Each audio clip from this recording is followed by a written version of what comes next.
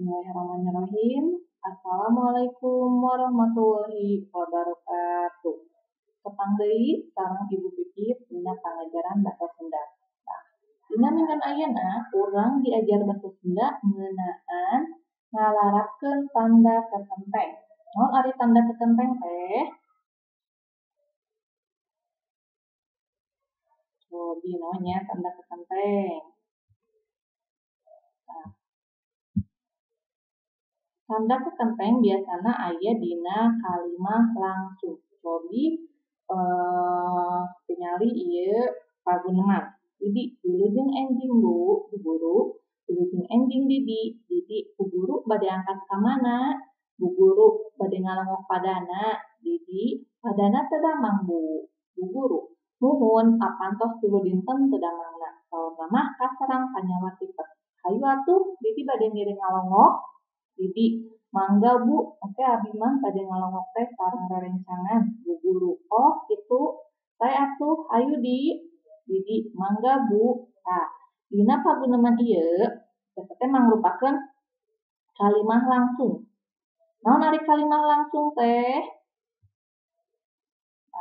Ditingali tina cara ngadugikeunana, kalimah teh kabagi kana 2 bagian. Nyaeta aya kalimah langsung, aya kalimah teu langsung. Naon ari kalimah langsung? Kalimah langsung nyaeta kalimah anu dikedalkeun langsung ku panyaturna atanapi palakuna. Kalimah langsung sok ditulis atanapi dihapit make tanda kekenteng. Nah, ieu tanda kekenteng.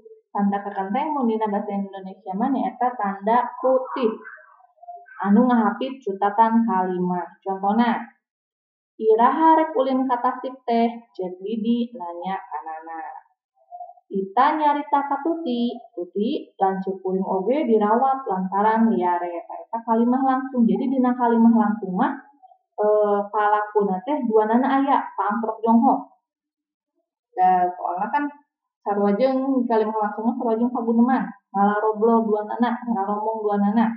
Eta mangrupakeun kalimah langsung. Naon ari kalimah teu langsung? Kalimah teu langsung nyaeta kalimah anu henteu dicaritakeun langsung ku palakuna.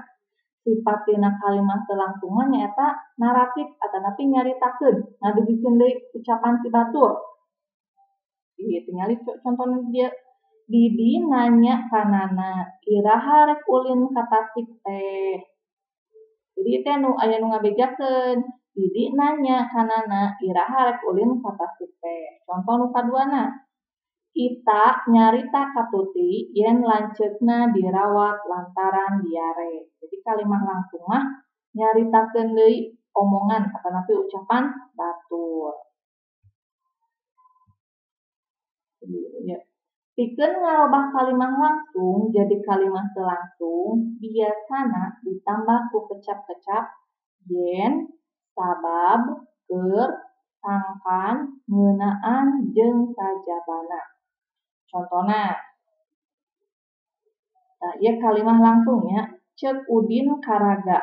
Raga, kamari jadi ngalayad ka guru teh. Ieu teh anu ngomongkeun kecap Raga, kamari jadi ngalayad ka guru teh eta Udin. Nanya ka Raga. Ceuk Udin ka Raga, Raga kamari jadi ngalayad ka guru teh. Tah kecap ieu marupakeun kalimah langsung. Nu dihandapna, Udin nanya ka Raga ngeunaan jadi henteuna ngalayad ka guru. Tah eta mangrupakeun kalimah teu langsung. Jadi dina kalimah teu langsung mah cirina teu aya kekenteng. Mun dina kalimah langsung mah aya kekenteng.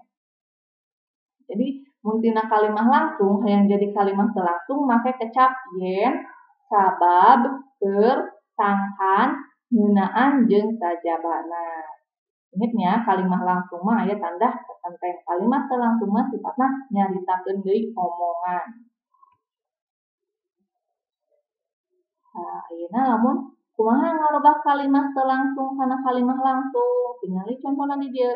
Udin nanya ka Ayu ngeunaan kasakit anu keur karasa ku Ani.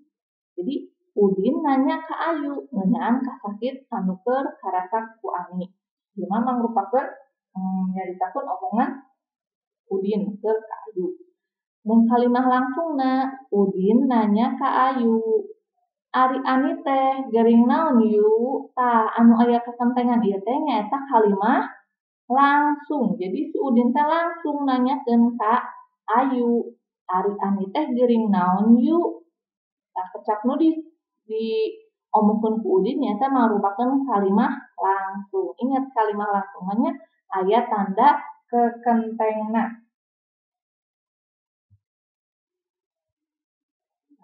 Mun sakitu nu kapihatur ku ibu, pamugia hideuk tiasa ngartos sareng aya manfaatna pangajaran ku ibu dudukeun dinten ieu.